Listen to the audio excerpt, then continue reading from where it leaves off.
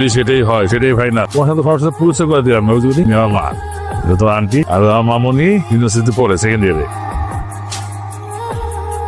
আবির room ঠিকঠাক আছে তো? পারফেক্ট।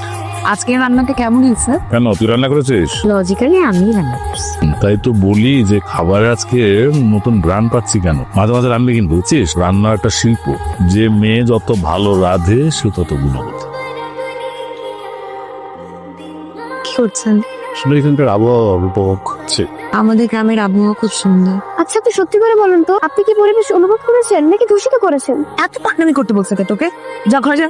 ও আসলে কেউ দুষ্ট তো। বাবা বলেছে কালকে সকালে আপনাকে নিয়ে গ্রামটা ঘুরে দেখাতে। গ্রেট, খুবই ভালো ভাই। তাহলে কালকে সকালে। এই গ্রামে বেশিরভাগ জায়গায় আসলে আমাদের দাদা, দাদার থেকে আগের দাদা এভাবে করে আসে। আমার আসলে এইভাবে প্রকৃতির মাঝে আসা হয় না। তাই এটা তো কি? আমার কিছু ছবি তুলে দিবেন? আমি একদম ভালো ছবি তুলি না। আপনি তুলে দিলেই হবে। ওকে।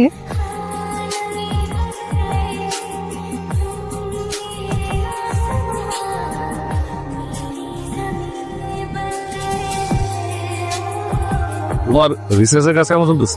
ভালো। এই বাইরে ছিল নাকি, গ্রাম টাম দেখছো? হ্যাঁ, দেখে আসছো। কেমন লাগলো? খুব সুন্দর। আচ্ছা, তুমি জানো কি বিষয়ে রিসার্চ করতেছো? এই অঞ্চলের জেলে সম্প্রদায়ের লাইফস্টাইল, ওনাদের জীবনযাপন। বাহ, আমি খুব খুশি হয়েছি। আমি দোয়া করে তুমি এই কাজে সফল হও। তোমার যদি কিছু প্রয়োজন হয়, কোনো অসুবিধা হয়, আমরা জানাবা কিন্তু। হ্যাঁ, আর বাসায় যদি তোমার কিছু প্রয়োজন হয়, তোমার আন্টি আছি, প্রায় একটু যাই এখন। হ্যাঁ, আচ্ছা, রিসার্চ নাকি কাজ করতেছো?